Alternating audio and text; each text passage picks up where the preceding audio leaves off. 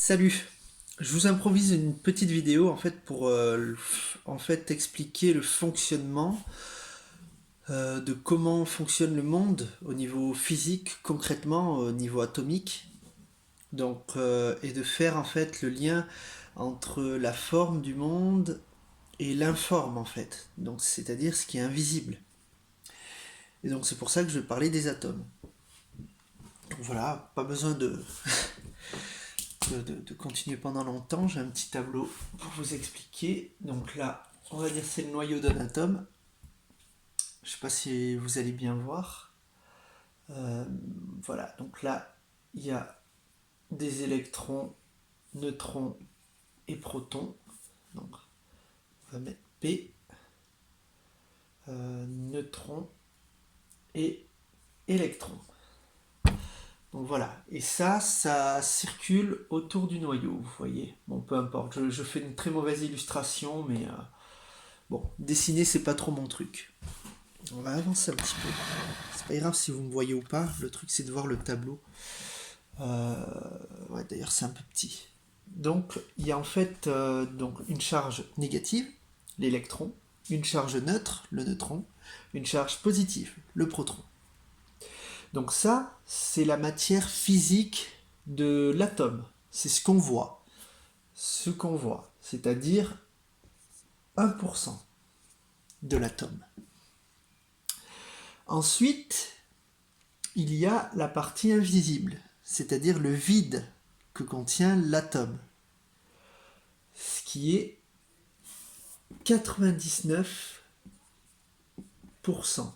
Donc ça, c'est le vide. Vide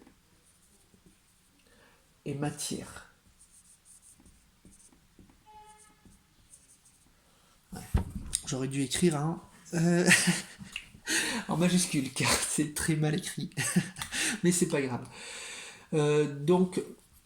Mais ces 99% de vide sont pas vides, parce qu'en fait, tout est atome. Un humain, bon, je vais le faire très simple parce que je dessine très mal. Ça, c'est atome. Un arbre, c'est atome.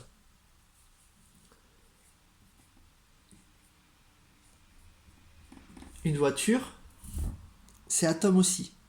Tout est constitué d'atomes. C'est pas un atome, il y a une combinaison d'atomes qui donne cette forme. Mais les atomes sont tous pareils. Ben en fait, pas tout à fait. Parce que ces 99% de vide, ils ne sont pas vides. C'est de l'énergie. Voilà.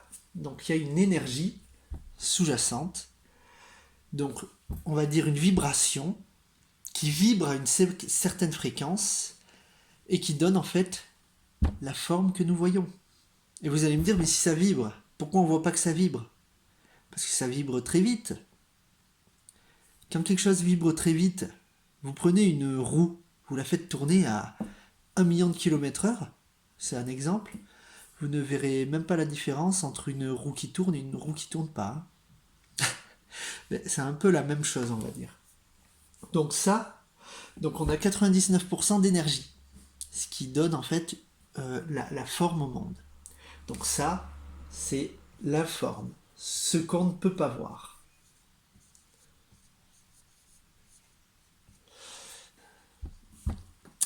Alors, voilà. Maintenant, 4 minutes 4 au moment de... Euh, maintenant, à partir de ces informations, on peut dire que la matière que nous voyons est réelle, mais qu'il n'y a pas que ça.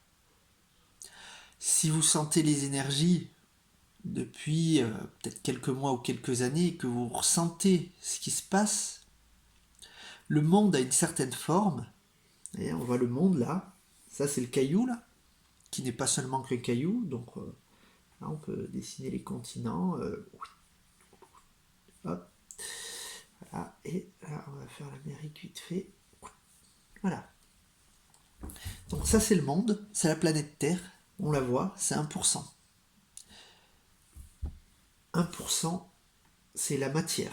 Donc c'est 1%. Voilà, ça va le faire. Et donc, elle aussi, elle est constituée de 99% de matière informe, c'est-à-dire d'énergie. Et donc c'est cette énergie-là qu'on peut ressentir et qu'on se dit putain c'est bizarre, c'est le bordel à l'extérieur. Et en fait, je sais pas, il y a une énergie, il y a quelque chose. Et donc, effectivement, il y a les 1% là, et il y a 99% là, qui sont en changement. C'est-à-dire que le monde se transforme. Ce printemps, j'ai jamais vu autant d'oiseaux chanter, entendu autant d'oiseaux chanter. C'est incroyable. Et c'est très bizarre d'ailleurs. Il y a des choses, les fruits, les arbres qui poussent super bien. Il y a plein de signes dans la nature qui montrent que tout va bien et que pourtant, nous, ce qu'on voit, c'est le bordel. Donc en fait, on peut changer notre perception du monde et voir qu'il y a peut-être un changement qui se fait que nous ne voyons pas avec nos yeux physiques, mais que nous pouvons ressentir. Et donc, avant que se manifestent les choses dans la matière, il y a ce qui est invisible. C'est-à-dire, par exemple, tu as une pensée puissante pour trouver une femme ou pour créer ton business. Cette pensée puissante, tu as de l'enthousiasme, tu le sens, tu as la croyance, tu passes à l'action pour ça. Voilà, et dans ta tête, tu as 1 million d'euros, par exemple. Là, c'est, voilà. Pas obligé d'être... mais voilà, tu as 1 million d'euros. Avant que ça se manifeste. Dans la matière invisible, tu es tellement enthousiaste, c'est comme si tu l'avais déjà. Donc ça te donne un élan de fou furieux pour l'obtenir, parce que c'est quelque chose que tu désires et ça te donne une joie. Parce que tu te dis, je vais pouvoir faire plein de choses, peut-être des trucs humanitaires, etc. Peu importe. Et t'acheter des trucs, avoir la sécurité financière. Et donc du coup, il va falloir un peu de temps avant que ce million-là se manifeste. Il va se passer plein de choses entre ça et ça. Tu vas être encombré de plein d'obstacles. Peut-être. Tu vas avoir une haie là, puis une autre, puis une autre, puis une autre. Et il y en aura d'autres. Peut-être. Tu auras un truc qui ira pas là alors que tu pensais que ça irait, mais c'est pas grave. Parce que si tu as la croyance et la persévérance, tu vas continuer et ça va le faire. Et donc le monde est en transformation. On ne le voit pas encore. Effectivement, il y a un peu d'obstacles, mais c'est en transformation. C'est très simple. Et en fait, l'œuvre que je fais en séance, donc en accompagnement, c'est exactement ça. Là, tu as l'humain. L'humain, il a 1% de matière. 1%. Autour de lui, donc les 1%, c'est ce qui est conscient. On va le marquer conscient. Donc il a conscience de 1%. Donc je suis un corps physique, j'ai des organes, j'ai un cœur, j'ai des yeux, j'ai telle pensée, j'ai fait ci dans ma vie, blablabla. Mais, donc dans ce grand qu'on ne voit pas, il y a 99% qui est inconscient. Et donc ceux qui ont on peut dire entre guillemets, la clairvoyance, donc c'est-à-dire la capacité de voir ou de ressentir dans l'invisible, ils vont voir, ils vont aller chercher dans ces 99%. Et l'information n'a rien à voir. Ça peut être quelque chose d'incompréhensible, juste que nous, ce qu'on fait, on lui donne forme. C'est-à-dire qu'on la traduit verbalement. Et en fait, c'est le même processus. C'est-à-dire, on met en conscience l'inconscient. Donc c'est sûr, ça peut être désagréable au début parce que on le rend conscient. Donc ça vient dans la matière. Donc tout ce qui cause le problème, le bordel en nous, vient dans la matière. C'est-à-dire, moi je croyais que j'avais ceci comme problème, en fait le problème c'est autre chose.